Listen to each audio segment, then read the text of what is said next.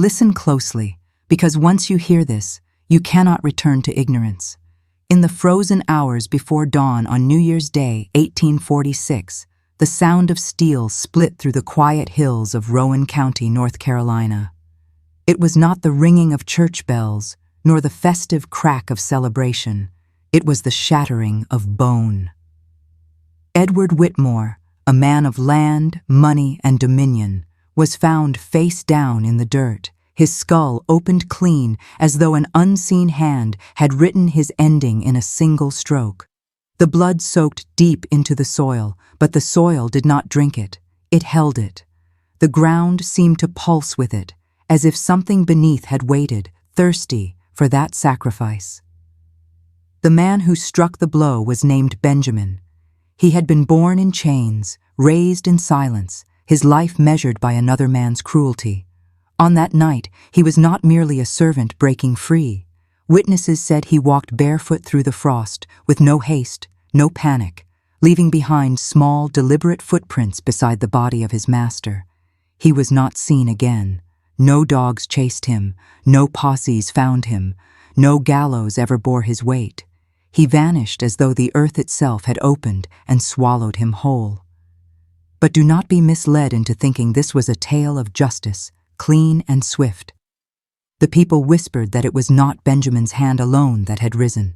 They said he had been quiet too long, listening too closely, gathering fragments of power where no man dared look.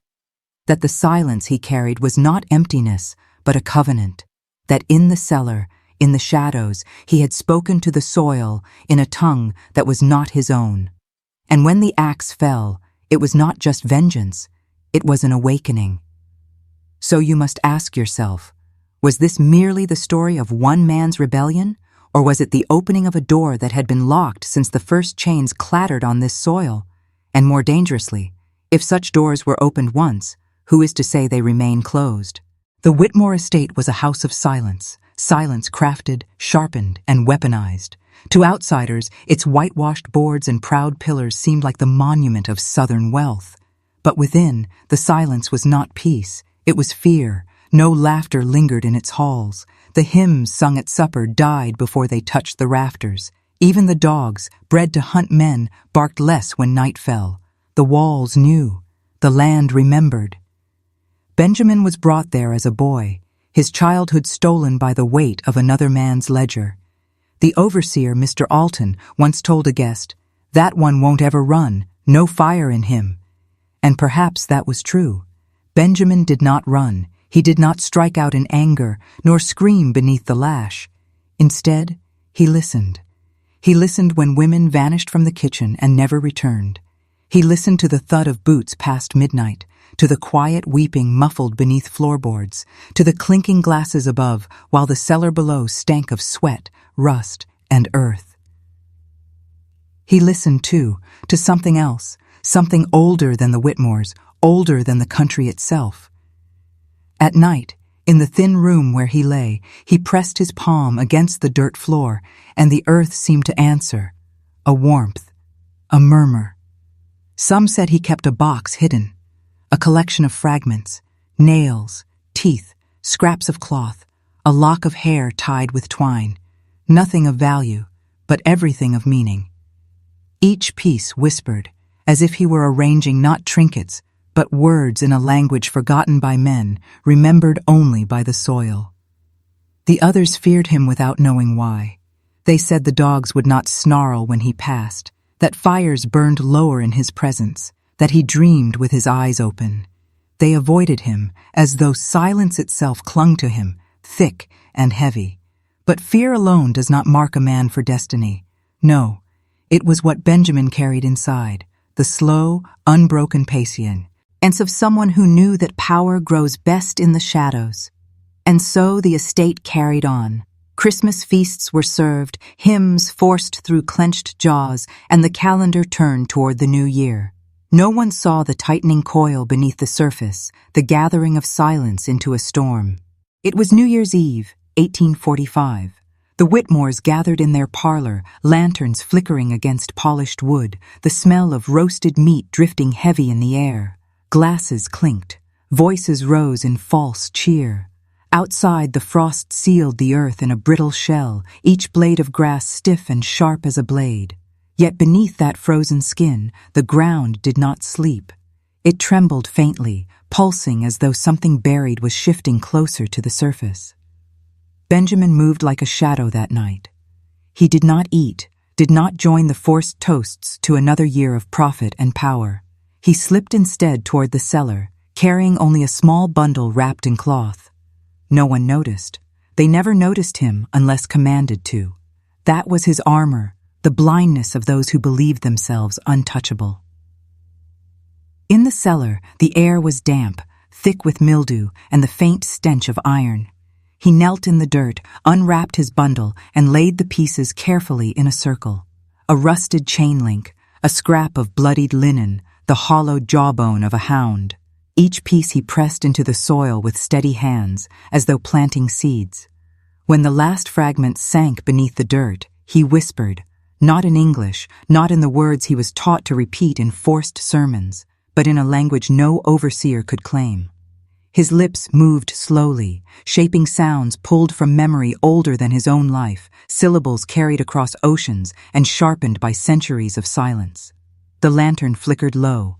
The cellar walls seemed to breathe, and then came the sound, soft at first, like the stirring of insects. The earth shifted beneath his palms, pushing back against his weight. A thin crack split the dirt, and from it rose a breath, hot and damp, as though the ground itself exhaled. Some swore later that a hum rolled through the estate at that very hour, low and resonant, rattling glass and loosening nails from wood. Benjamin rose slowly, axe in hand. His face bore no frenzy, no madness, only calm. Above him, laughter echoed through the house, muffled by wood and plaster. He climbed the steps without haste, leaving the cellar door ajar. The fragments buried below pulsed faintly, glowing red in the dark, like embers waiting to consume. That night, silence finally broke, and it began with the clean, deliberate sound of steel meeting bone. When dawn touched the horizon, the Whitmore estate was no longer a house of silence. It was a tomb. Edward Whitmore's body lay in the courtyard, frozen blood clinging black against the frost. His face was split so cleanly that even the sheriff who arrived later could not bring himself to touch it. The overseer, Mr. Alton, stumbled out from the barn at sunrise, his hands trembling so violently he could not strike a match to light his pipe. He spoke of a sound that woke him in the night, a sound that was not the scream of a man nor the howl of a beast, but something stretched between. The family gathered in horror. Mistress Whitmore wept uncontrollably, but not for her husband. Her eyes kept darting to the ground, as though afraid it might open beneath her feet. Servants whispered Benjamin's name, though none dared speak it loudly.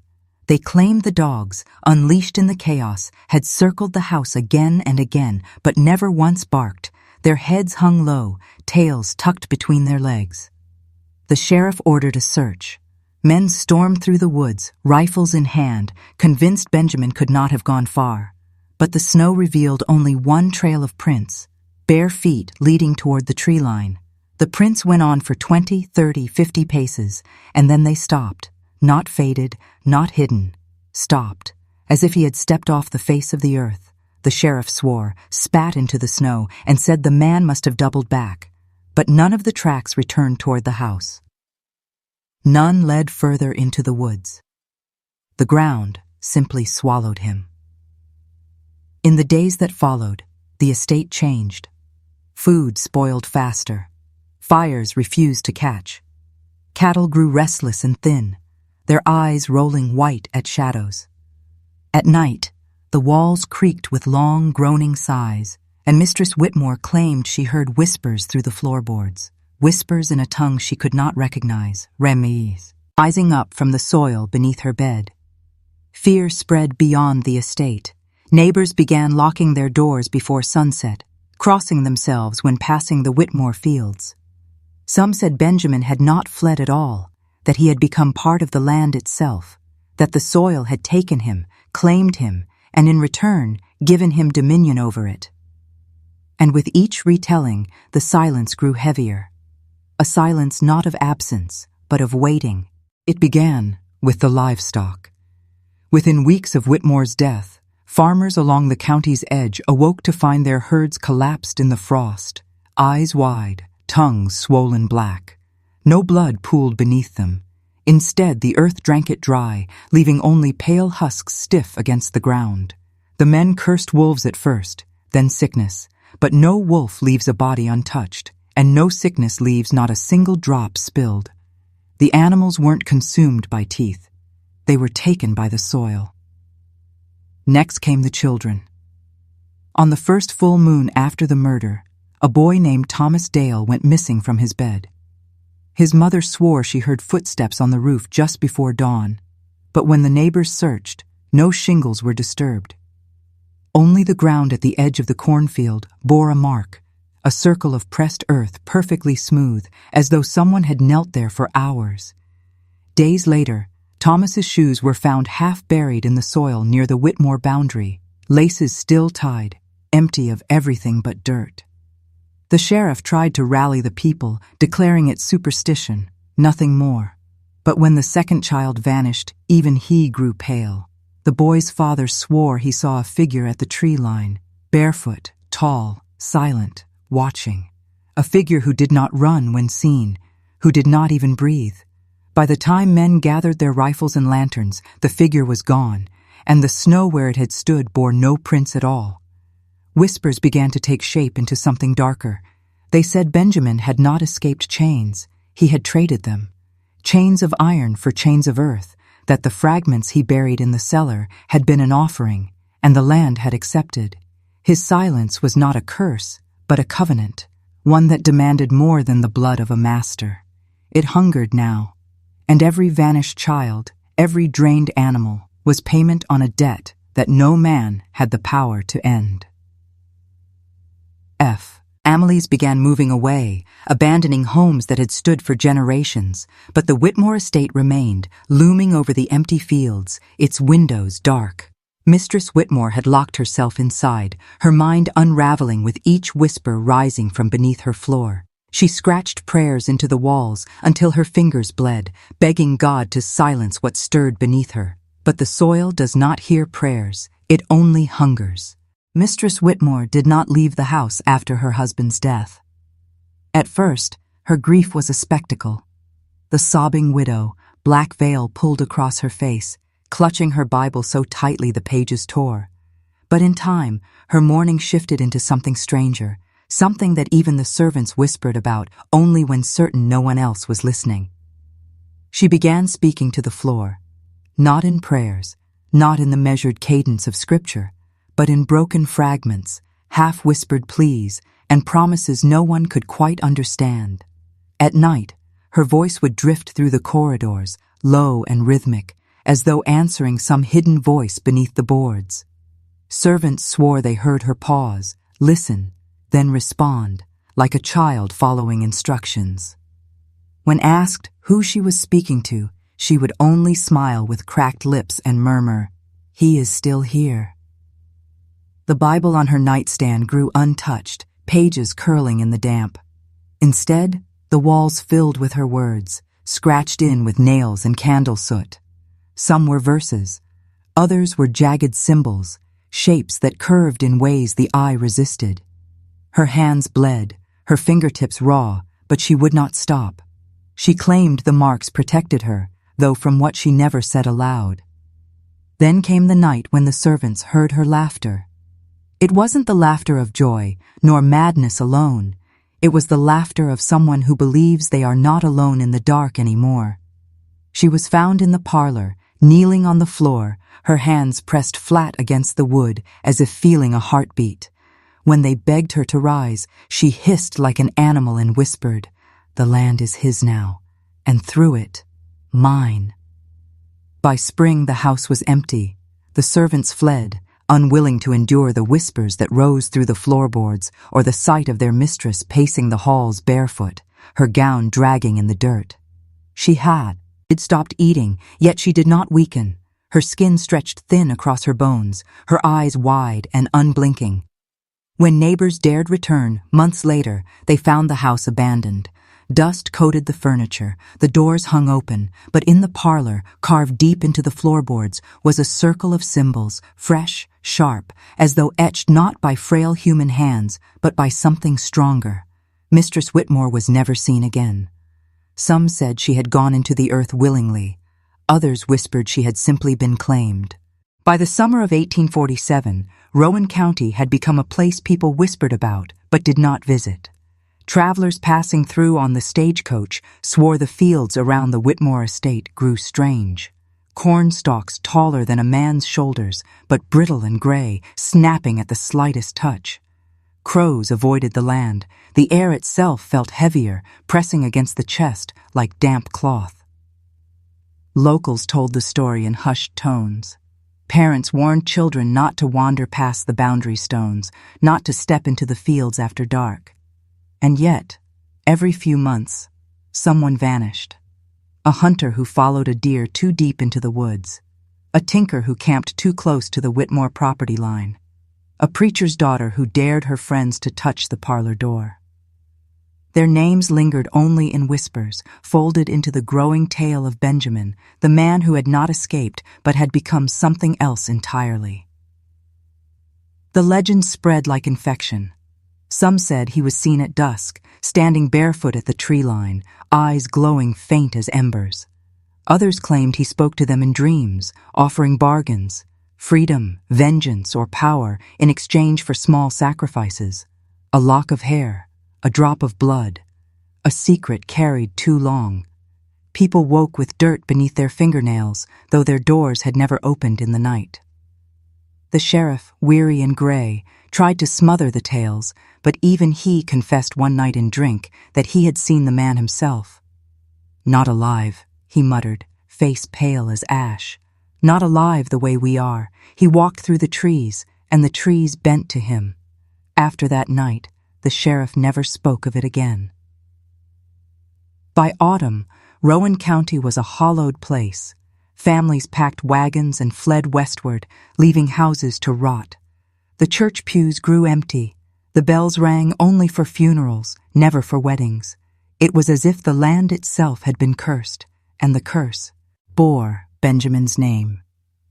Yet still, the estate remained, standing against time, its windows black, its fields overgrown, its soil humming with something restless. It became less a house than a wound, a place where silence itself seemed alive, waiting. And though the years crept forward, the silence never lifted.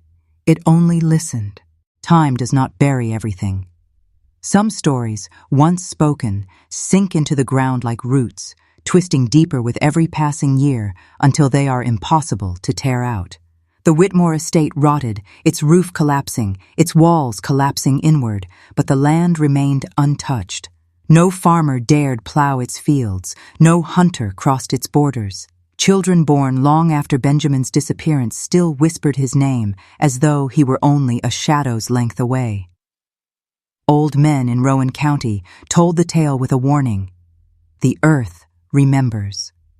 They said if you stood too close to the estate on a still night, you would hear breathing beneath your feet. If you placed your hand on the soil, you would feel a faint pulse, slow and steady, like the heart of something vast, slumbering just below. And if you listened long enough, the silence would begin to shape itself into words, words that were not yours, words you would never choose to hear. Generations passed, but the vanishings did not end. A young soldier returning from the war never reached his mother's house. A traveling preacher disappeared between sermons. In 1903, a boy's body was found at the property line, his skin pale, his veins blackened, dirt packed into his mouth as though the soil itself had claimed his final breath. The coroner refused to write a cause of death. Even today, when the wind cuts across Rowan County, the locals avoid the Whitmore fields. They say the land still waits, patient, hungry, bound to the covenant Benjamin forged in the silence of that cellar. Some claim his shadow can be seen at dusk, still barefoot, still watching, his eyes glowing faint like coals that will never burn out. Others whisper he is not a man at all anymore.